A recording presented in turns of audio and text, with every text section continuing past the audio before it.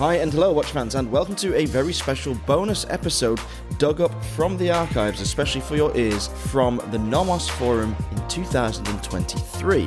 Back then, Gary Shteyngart, famous New York author, was the special guest, the guest of honor, as a NOMOS owner himself. He told us some of his stories and his own personal journey through watchmaking and how he became an avid collector and a fan of the Saxon Maestro. So, we're going to play this for you. It took me a while to find the audio and to clean it up well enough so that it could be heard, but I hope you enjoy it because it is another intimate and revealing take on the hobby of watchmaking and his passion for it.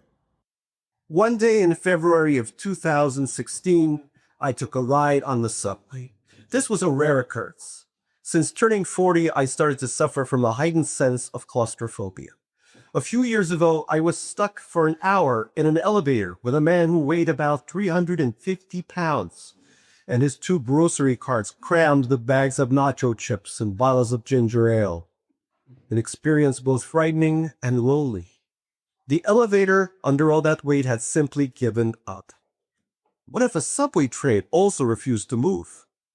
I began walking 70 blocks at a time or splurging on taxis. But on this day, I had taken the N train. Somewhere between 49th Street and 42nd Street, a signal failed and we ground to a halt. For 40 minutes, we stood still. An old man yelled at the conductor at full volume in English and Spanish. Time and space began to collapse around me. The orange seats began to march toward each other. I was no longer breathing with any regularity. This is not going to end well, I thought. None of this will end well. We will never leave here. We will always be underground. This right here is the rest of my life. I walked over to the conductor's cabin. Sir, I said to him, I think I'm dying. City Hall, we got a sick passenger. He said into his radio. I repeat, a sick passenger. Can you send a rescue train? A rescue train. My whole life I've been waiting for one.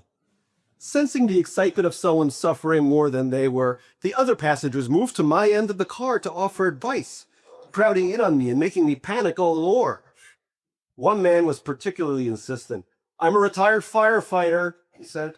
I've been doing this 20 years, folks. Seen it all. This man here is hyperventilating.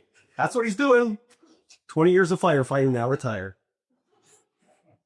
Going to take an Ativan now, I said, reaching into my breast pocket. Do not do that, the retired firefighter said. They will only make you hyperventilate more. Trust me, I know what I'm doing. A middle-aged woman approached me. You have to imagine, she said to me in a Polish accent, that eventually the train will move, that eventually we will come out of the tunnel. Shamed into not taking the Ativan by the retired firefighter, I looked down at my wrist. I was wearing a new watch. The first mechanical watch I have ever owned. Looking at the smooth, antiquated mechanical glide of my watch's second hand, I felt it not calm, then ready for whatever happened next. As the conductor's radio flared on and off of promises from City Hall, my rescue train never came. As the passengers around me discussed my fate, I wondered, can you hold your own world together while the greater world falls apart? The visible passing of time, second by second, seemed to provide a kind of escape route, even as my body remained within the metal shell of the stricken entry. 3 seconds inhale, 3 seconds exhale. The watch was a Junghans from Germany, derived from a design by the Bauhaus-influenced Swiss architect, artist, and industrial designer Max Bill. I had bought it at the NOMOS shop for what, in my early, innocent watch days, seemed like the fantastic astronomical price of $1,000. Its no-frills form, follow-function shape evoked civility in a time of chaos, a ticking intelligence in the face of a new humanity. The train slowly moved again. The Polish woman smiled at me. We shuddered into Times Square, and I was, for a few minutes in time, safe. Every watch geek has an origin story. During childhood, my first best friend was a watch, a Casio H108 12 melody alarm. True to its name, the digital watch played 12 melodies, including Santa Lucia, Happy Birthday, the Wedding March, Jingle Bells, and even a song from my native Russian, Alyunka, roughly Red Little Berry.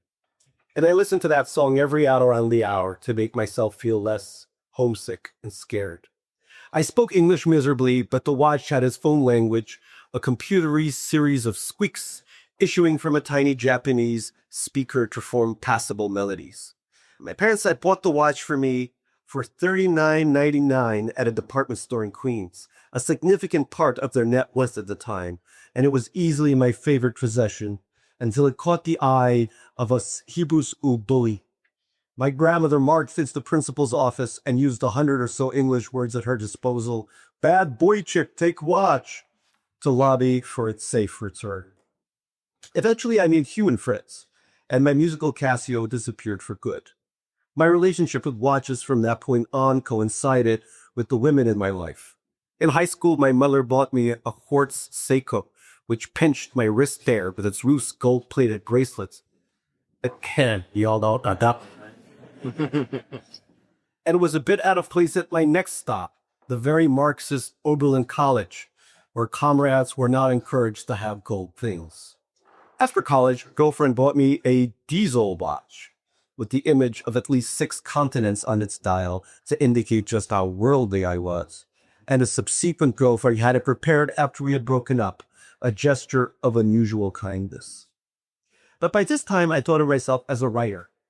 And for a writer, the money you make can be traded in for your creative independence. Hence what is probably building a rainy day fund. I've always tried to keep on hand enough cash to cover at least 2 years of expenses in case the public stops being interested in my books, while plowing the rest into low-cost index funds. Thrift was comforting, material goods uninteresting, bordering on gauche. And yet, on April 12, 2016, I walked out of the Tourneau Time Machine store on Madison Avenue and 57th Street with a receipt for $4,137.25 and a new NOMOS Minimatic Shteyngart on my wrist.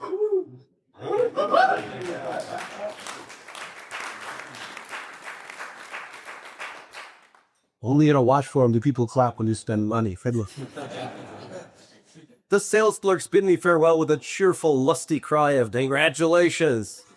By the standard of luxury watches, the amount I spent was small indeed. An entry-level Rolex is about $6,000, or less in 2016. By my own standard, I had just thrown away a small chunk, roughly 4.3 writing days of my dependence. And yet, I was happy. The watch was the most beautiful object I'd ever seen.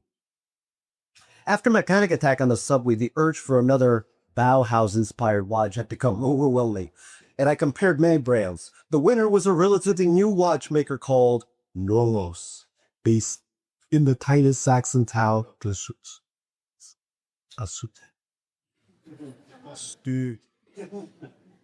An early spring sun glinted off my watch as I walked down Lexington Avenue. I took a photograph of the Minimatic on my wrist, as if at any moment I would be forced to give it back.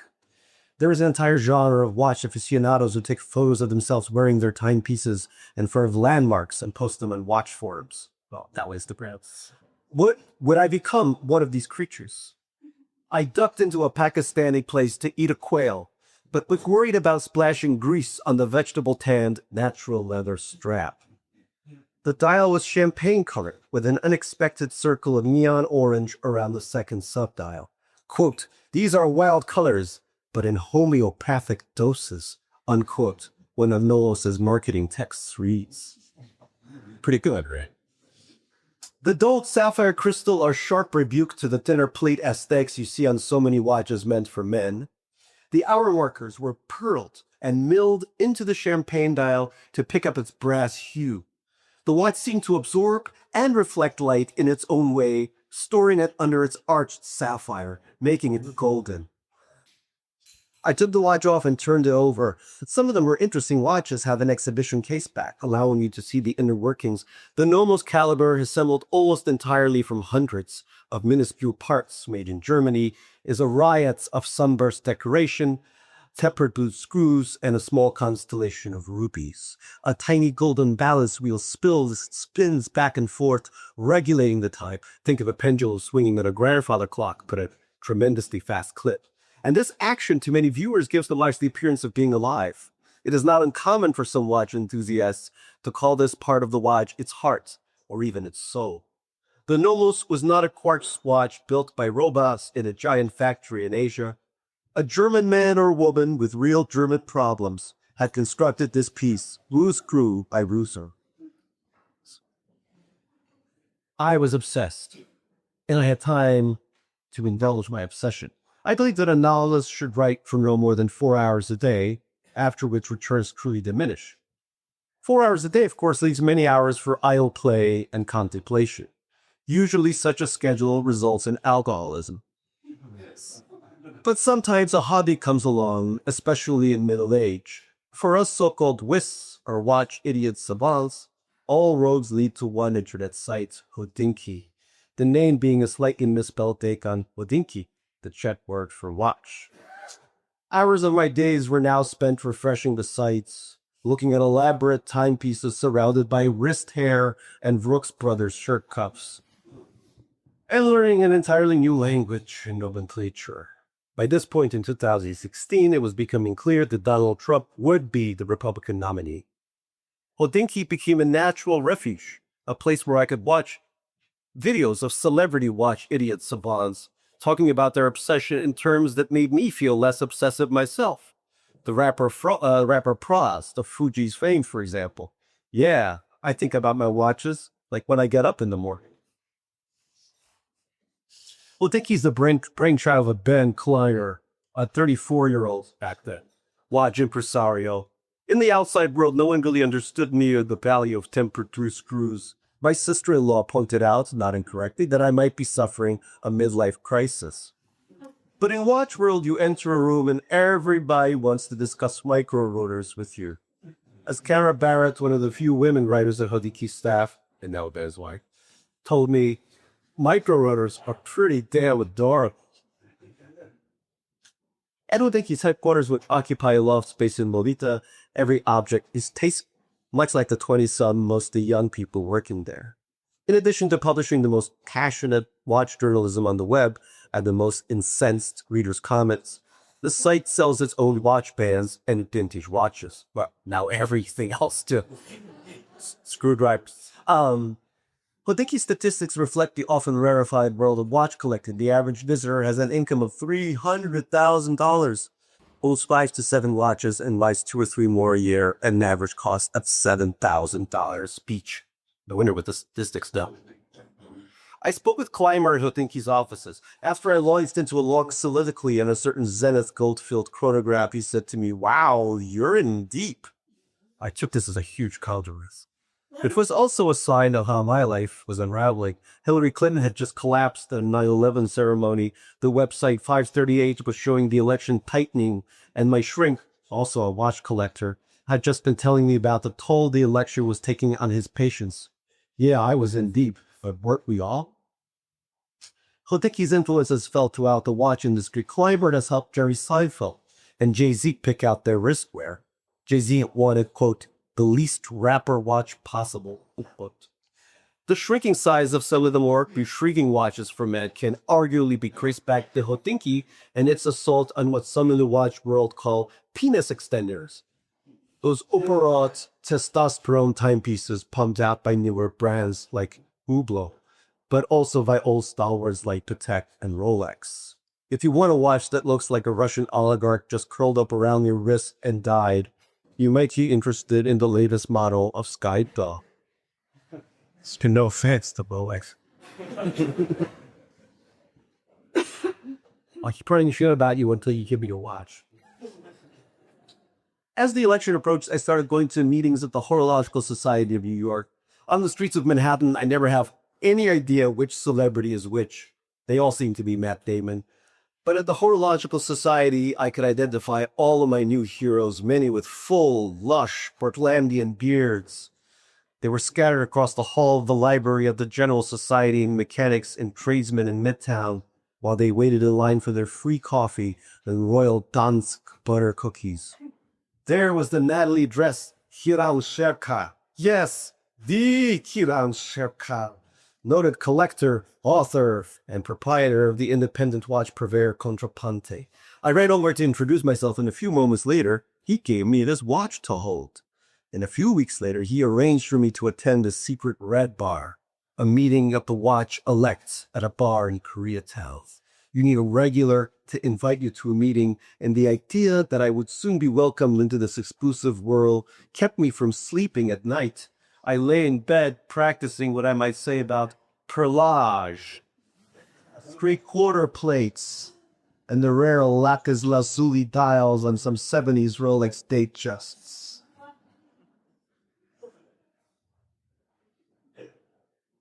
Sexy, Chris.